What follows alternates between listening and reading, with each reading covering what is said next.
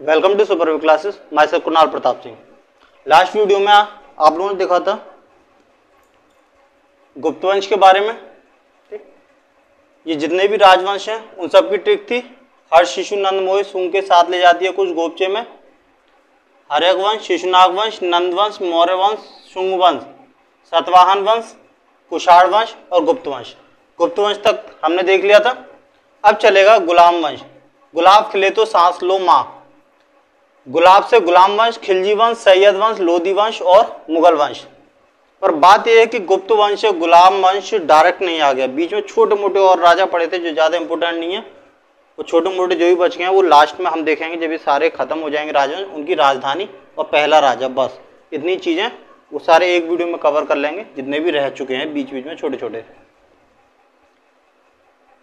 तो गुलाम वंश कैसे आया? तो गुलाम वंश से पहले अरबों का आक्रमण हुआ। ये अरब से ही आए थे। अरब में क्या है, जितने भी तुम्हारे सऊदी अरब है, ठीक, और किर्गिस्तान, तुर्किस्तान और जो ईरान, इराक, सऊदी अरब, जितने भी मुसलमान देश हैं ये सारे मुस्लिम देश, ये सारे अरब बोले जाते हैं। तो सबसे पहले अरब से आया था मोहम्मद बिन कासिम। ठीक है, जब मोहम्मद कासिम आया था सन 712 में आया था। सन याद रख लेना कि पहला अरब आक्रमण सन कितने में हुआ था। ठीक, तो इसमें सबसे पहले मोहम्मद कासिम आया था और ये भारत में केवल लूटपाट की वजह से आया था। लूटपाट की इसने, और सोचा कि जो इस्लाम धर्म है, कुछ हिंदुओं को मुसलमान बनाने के उससे इस्लाम धर्म के प्रचार प्रसार से आया था। फिर खलीफा की मृत्यु हुई। खलीफा पद काफी श्रेष्ठ माना जाता है इस्लाम धर्म में। तो जो तुर्की का जो राजा था वो खलीफा होता था।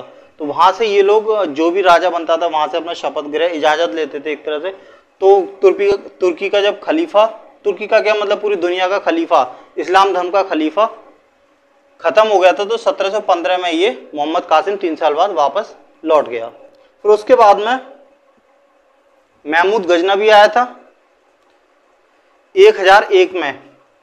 ठीक है, ये 1712 में आया था। फिर लगभग 280 साल बाद में या 300 साल बाद में महमूद गजनवी आया था। ठीक है, 1001 में महमूद गजनवी ने भारत में 17 बार आक्रमण किया था। और वो 17 बार आक्रमण केवल इसने जो धन और संपत्ति को लूटने के लिए किया था, वैसे से कोई मोह माया नहीं थी यहाँ पर राज करने की।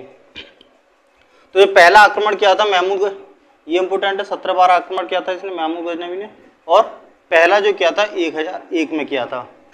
1001 में किया था। तो ये सिंधु नदी से पहले जो पाकिस्तान और अफगानिस्तान पड़ते हैं वहां का एक राजा था जयपाल, पाकिस्तान अफगानिस्तान में राज करता था, उसको इसने जीत लिया और अपने अंडर में ले गया।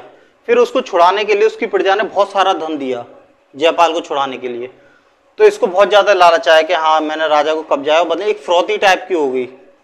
तो बहुत सारा जब इसको धन मिल गया तो राजा जयपाल जब छूट के आया तो उसको फिर काफी गिलानी हुई कि मुझे छोड़ने के लिए इतना सारा, पूरी प्रजा ही एक तरह से कंगाल होगी। तो इसने फिर आत्मदाह कर लिया, खुद में अपना आग लगा दी।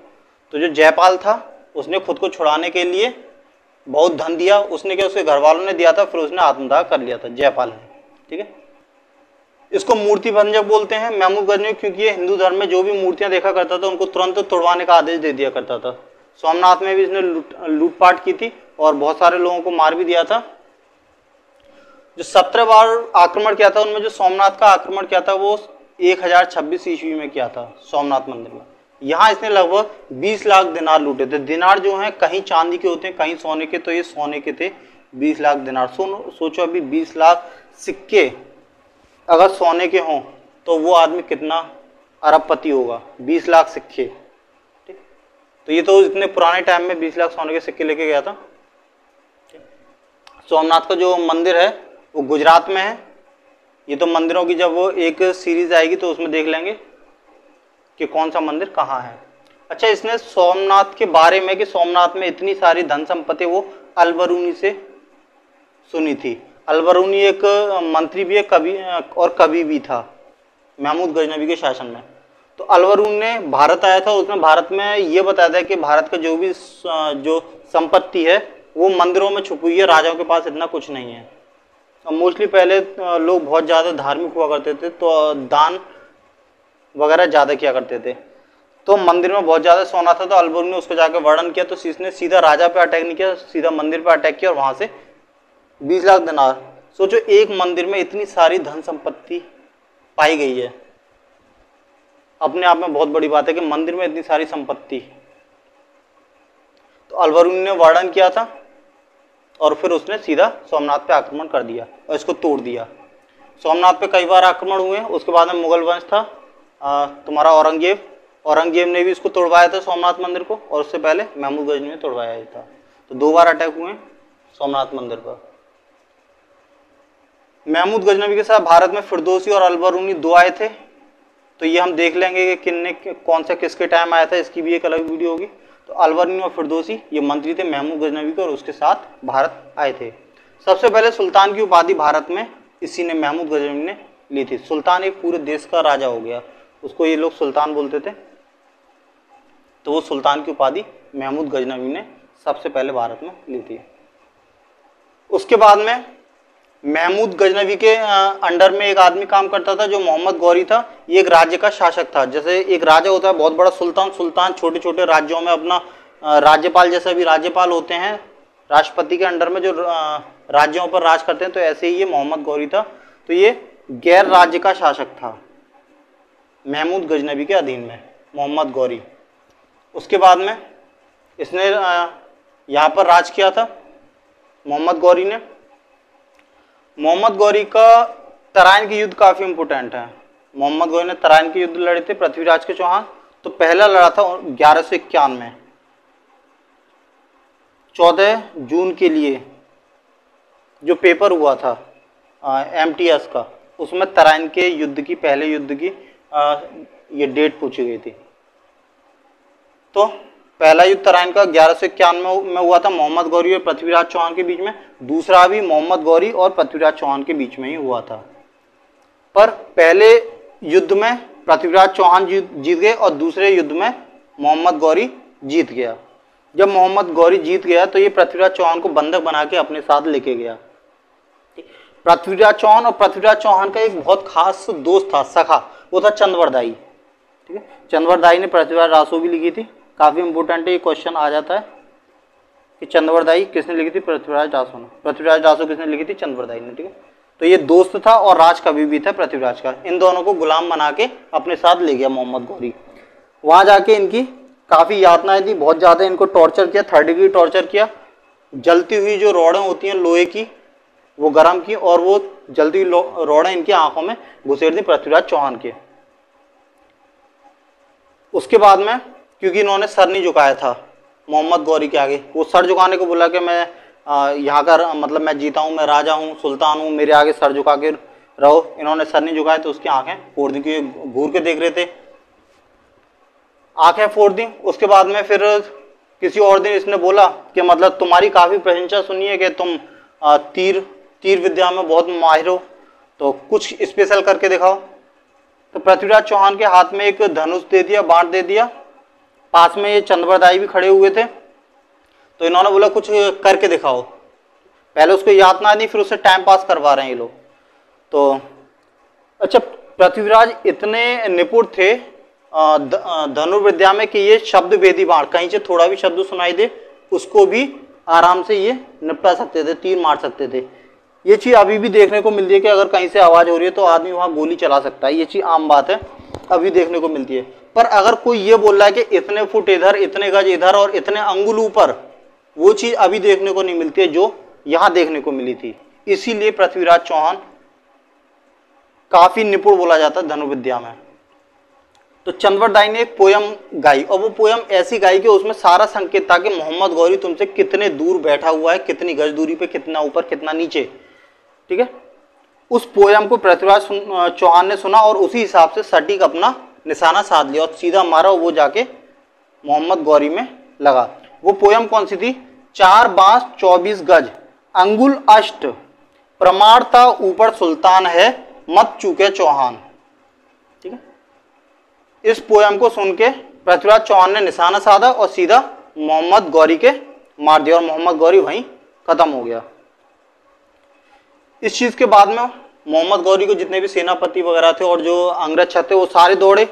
अब इनको पता था चंद्रवरदाई को, पृथ्वीराज चौहान को, कि अब हमारी तो ये लोग हमें और ज्यादा टॉर्चर करेंगे, बेकदरी होंगे, फाइनली हमारा अंत मृत्यु है। तो पृथ्वीराज चौहान ने चंद्रवरदाई को मार दिया, चंद्रवरदाई ने पृथ्वीराज, ये दो दोस्त थे आपस में, इन दोनों के एक दूसरे को वही मार दिया। तो पृथ्वीराज चौहान को मोहम्मद गौरी ने नहीं मारा, चंद्रवरदाई खुद के दोस्त ने, मतलब इन्होंने आपस में ही स्वेच्छा से मृत्यु ली है। इसलिए जो लोग बोलते हैं कि अरे मोहम्मद गौरी ने पृथ्वीराज चौहान को निपटा दिया, खत्म कर दिया, उन लोगों का ये कन्फ्यूजन दूर हो गया होगा कि मोहम्मद गौरी ने पृथ्वीराज चौहान को नहीं, पृथ्वीराज चौहान ने मोहम्मद गौरी को टपका दिया। ठीक है। और मुझे लगता है क्या कोई ये बोलेगा कि मोहम्मद गौरी इतना वो शक्तिशाली था, भारत में आके मारा। पृथ्वीराज चौहान की इस घटना के बाद में मुझे लगता है कोई शक बचा होगा। हम लोगों की अगर किसी एक आम इंसान की कल्पना करें जिसकी 2 आंखें फोड़ दी जाएं, वो अपने आप को विकलांग बोलेगा, हैंडीकैप, और उसको आरक्षण दिया जाता है कि तब जाके कुछ कर पाता है। अगर उसको छोड़ दो वो रोड पे कुछ अपना काम भी नहीं कर पाता ढंग से, उसको सहारे की जरूरत होती है। इसने तो पूरा एक जीता जागता सुल्तान, एक राजे को ही टपका दिया पृथ्वीराज ने, वो भी 2 आंखें फूटी होने पर, हाथों में बेड़ियां होने के बावजूद। तो कैसे इस आदमी को हम कम मान सकते हैं, पृथ्वीराज चौहान को, जिसने बेड़ियों में और आंखें फूटी होने के बाद में एक सुल्तान को टपका दिया। उसके बाद में मोहम्मद गौरी का एक अंगरक्षक था गुलाम, इसका कोई बच्चा नहीं था उस टाइम तक, गुलाम था, और गुलाम बहुत प्रिय थे। अभी देखते हो ना जैसे सलमान खान का एक बॉडीगार्ड है, उसका बहुत प्रिय है, उसकी सैलरी भी बहुत ज़्यादा है। तो ऐसी मोहम्मद गौरी का एक गुलाम था जो उसकी अंगरक्षा में सबसे आगे रहता था, उसका पर्सनल बॉडीगार्ड, वो था कुतुबुद्दीन ऐबक। तो कुतुबुद्दीन ऐबक के हाथ में वो सत्ता आई। तो यहाँ से चालू होता है गुलाम वंश। मोहम्मद गौरी का गुलाम था, मोहम्मद गौरी तो निबट गया था वहीं पर, उसके बाद में उसका गुलाम कुतुबुद्दीन ऐबक, उसने सत्ता संभाली। ठीक, तो यहाँ से चालू होता है गुलाम वंश। तो ये जो है गुलाब खिले तो सांस लो, तो गुलाम वंश, गुलाम वंश से पहले हमें ये याद रखना है मोहम्मद कासिम, महमूद गजनी और मोहम्मद गौरी, इन तीनों के बारे में अब चालू होता है गुलाम वंश। ठीक, तो अब गुलाम वंश का डिटेल देखेंगे। तो गुलाम वंश देखते हैं अब। पहले गुलाम वंश आएगा, फिर खिलजी वंश, फिर तुगलक वंश, फिर सैयद वंश, लोधी वंश और मुगल वंश। गुलाब खिले तो सांस लो माई स्टिक से, ठीक है, याद कर लेना। गुलाम वंश में कौन कौन से राजा आते हैं उसकी ये वाली ट्रिक है। गुलाब, कई रन बट, कासिक, कुतुबुद्दीन ऐबक, ईसे इल्तुतमिश, रा से रजिया सुल्तान, ना से नसरुद्दीन शाह, बा से बलवन और टा से क्यूमर से कैकोबा। इन ट्रिक से थोड़ा चीज़ें क्रम से याद हो जाती हैं। आप लोग अपनी खुद से पर्सनल ट्रिक बना सकते हैं जैसे आपको अच्छी लगे, और ट्रिक देखा जाए तो खुद से ही बनानी चाहिए। खुद की बनाई हुई ट्रिक हमेशा याद रहती है, दूसरे की उतनी नहीं रहती। तो गुलाम वंश का देखते हैं। ये गुलाम वंश गौरी के गुलाम थे, राजधानी इनकी दिल्ली थी। गुलाम वंश में जितने भी थे, ये राजधानी लगभग यहाँ से गुलाम वंश से लेकर और मुगल वंश तक ये दिल्ली रही थी राजधानी। मुगल वंश में ये दिल्ली से आगरा शिफ्ट हुई थी, वो बताएंगे जब मुगल वंश आएगा। बाकी खिलजी वंश, तुगलक वंश, सैयद वंश, लोधी वंश, सब में राजधानी अब दिल्ली ही रहेगी। गुलाम वंश में बस केवल कुतुबुद्दीन ऐबक लाहौर में रहा था, उसके बाद में इल्तुतमिश वो दिल्ली में ही आ गया था। तो ये सब दिल्ली में आ गए थे। बाकी आगे के जितने भी वंश हैं, खिलजी, तुगलक, सैयद, लोधी, ये सब दिल्ली में है, बस कुतुबुद्दीन ऐबक लाहौर में रहा था। राजधानियों को थोड़ा क्लियर कर लेना, ये आती हैं। कुतुबुद्दीन ऐबक के बारे में देख लेते हैं। ये गुलाम तो था ही गौरी का, जब गौरी को पृथ्वीराज चौहान ने मार दिया तो ये राजा बन गया। इसने बोला कि मैं वास्तविक राजा नहीं हूँ, मैं तो बस केवल वो राजा मर गए तो उनकी जगह एक प्रतिनिधि कर रहा हूँ। क्योंकि जब राजा बनते हैं तो खलीफा जो होता है इनका, उससे जाके परमिशन लेनी पड़ती है और वहाँ आशीर्वाद लेना पड़ता है, ताजपोशी करानी पड़ती है। इसने ऐसा कुछ भी नहीं कराया। ये तुर्की में रहता है ये खलीफा, तो वहाँ जाके इसने कुछ भी नहीं कराया, तो इसने अपने आप को शासक नहीं माना। गुलाम वंश की स्थापना इसने की। लेकिन अगर ये देखें कि वास्तविक शासक, गुलाम वंश का पहला वास्तविक शासक कौन था, तो ये इसने जाके उस खलीफा से आशीर्वाद लिया, वहाँ ताजपोशी कराई, तो इल्तुतमिश हो गया वास्तविक शासक। पर ये इसने स्थापना की, पर इसने कभी अपने आप को शासक या राजा के रूप में नहीं रखा, तो इसने राजा की उपाधि नहीं ली। इसके कुछ नाम देख लेते हैं। इसका एक नाम हातिम था, क्योंकि गरीबों की मदद करता था, उसकी वजह से इसका नाम हातिम पड़ गया। लाखों रुपए दान दे दिया करता था, इसलिए लाख बख्श नाम हो गया इसका। कुरान इसको ओरली सारी याद थी, तो इसलिए कुरान खान। इसके स्ट्रक्चर देख लेते हैं। कुतुब मीनार बनाई थी इसने, 5 मंजिलें कुतुब मीनार, जिसमें से इसने 2 मंजिल ही बनवाई थी, क्योंकि फिर ये उसके बाद में खत्म हो गया था। 4 साल ही इसने राज किया था। कुतुब मीनार दिल्ली में है, दिल्ली के महरौली में। वो भी अपने गुरु बख्तियार काकी की याद में बनवाई थी। ये चीज याद रखना है, इसके गुरु बख्तियार काकी। एक बख्तियार खिलजी है, वो इसका सेनापति था। कुतुब मीनार वैसे तो ये आता है कहाँ स्थित है, महरौली दिल्ली, पर ये भी याद रखना है कि बख्तियार काकी जो उसका गुरु था उसकी याद में बनवाई थी। बख्तियार खिलजी सेनापति था और बख्तियार काकी गुरु था। तो बख्तियार खिलजी ने नालंदा यूनिवर्सिटी जला दी थी। बिहार शरीफ जो बिहार में एक शहर है उसका निर्माण करा था इसने, स्थापना की थी। और अजमेर में 2.5 दिन का झोंपड़ा बनवाया था, ये इंपॉर्टेंट है। बख्तियार खिलजी सेनापति, नालंदा यूनिवर्सिटी जला दी, बिहार शरीफ और 2.5 दिन का झोंपड़ा बनाया था। झोंपड़ा क्या, ये मस्जिद बनाई थी। ये शुरू में एक संस्कृत स्कूल था और हिंदू मंदिर थे आजू बाजू में। उसने इसका गेट वगैरह तोड़ के स्ट्रक्चर ऐसा दे दिया कि वो इस्लाम धर्म की तरह लगे कि एंटी कर रहे हैं, तो इस्लाम धर्म का प्रतीक गुम्बद वगैरह टाइप का। तो वो सब 2.5 दिन में हो गया था। पूरा स्कूल को इसने मस्जिद में कन्वर्ट कर दिया था, तो इसलिए इसको बोलते हैं 2.5 दिन का झोंपड़ा। संस्कृत विद्यालय और मंदिर था वो।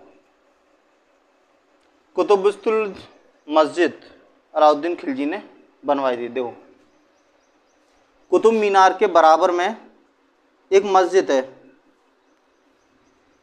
वो कुतुबुद्दीन ऐबक ने बनवाई थी। लेकिन जो उसका गेट है ये भी कुतुबुद्दीन ऐबक ने बनवाई थी, ये मस्जिद भी कुतुबुद्दीन ऐबक ने बनवाई थी। कुतुबुस्तुल मस्जिद इसका नाम है, कुतुबुस्तुल मस्जिद।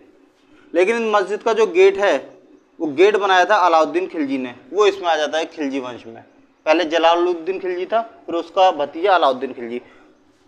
अलाउद्दीन खिलजी इस कुतुबुद्दीन ऐबक से जलता था। उसने सोचा कि इसने कुतुब मीनार बनवाई है, ये मस्जिद बनवाई, तो इसका इतना नाम हो गया तो मेरा भी नाम हो। तो उसने उस कुतुब मीनार के बराबर में अपने सेनापति को आदेश दिया कि उससे भी ऊंची और उससे भी बड़ी विशाल वो बनवाई जाए इमारत। तो वो उसने काफ़ी बड़ी उसका घेरा लेके बनवाई, काफ़ी चौड़ी। और जब वो कुछ ऊंचाई पे पहुंचे तो उन्हें पता लगा कि इसकी ऊंचाई ज़्यादा नहीं ले जा सकते वरना ये गिर जाएगी। उसका इतनी बड़ी हो, क्योंकि इस टाइम इतना स्ट्रक्चर, इतना इंजीनियरिंग नहीं थी जो कितनी भी ऊंची ले जाओ। अब कितनी भी ऊंची बुर्ज खलीफा वगैरह ले जाते हैं क्योंकि इंजीनियरिंग काफ़ी सुपर लेवल पर है अभी। तो अधूरी जब बनी थी तो तभी उसको एहसास हो गया ज़्यादा ऊपर लेके जाएंगे ये गिर जाएगी। तो कुतुब मीनार के बाद में अलाई मीनार है, ये अलाई मीनार, ये आज भी अधूरी बनी खड़ी हुई है। गूगल से देखना, कुतुब मीनार के बराबर में बहुत चौड़ी गोल गोल अलाई मीनार एक कुएं की तरह दिखाई देगी, अधूरी बनी हुई है जैसे जबी के टाइम में। तो अलाई मीनार कुतुब मीनार के बराबर में वो बनवाई अलाउद्दीन खिलजी ने, और इसका गेट मस्जिद का। और कुतुब मीनार को कुतुबुद्दीन ऐबक ने। फिर उसके बाद में एक दिन ये पोलो खेल रहा था, जो घोड़े पे खेलते हैं, एक टेनिस टाइप का, चौगानी बोलते हैं उसको। उससे खेलते वक्त गिर गया था, इसका बैलेंस डिसबैलेंस हो गया था और घोड़े की जो लात थी वो इसके, घोड़े तो बहुत सारे दौड़े थे, इसके चांद पर लग गए। चांद पे पूरा ये घोड़ों के थ्रू रौंद दिया गया, उससे ये खत्म हो गया। तो पोलो खेलते समय उसकी मृत्यु होगी। अब इसके बाद में, इसकी मृत्यु के बाद में इल्तुतमिश आ गया। इल्तुतमिश इसका गुलाम था कुतुबुद्दीन ऐबक का। फिर इल्तुतमिश की बेटी रजिया सुल्तान, हालांकि बीच में और भी आया था एक, वो षड्यंत्र, वो सारा बता दिया जाएगा। तो इस तरह से आगे बढ़ते हैं, ठीक। तो ये फिर नेक्स्ट वीडियो में देख लेंगे, वीडियो फिर लंबी हो जाएगी। धन्यवाद।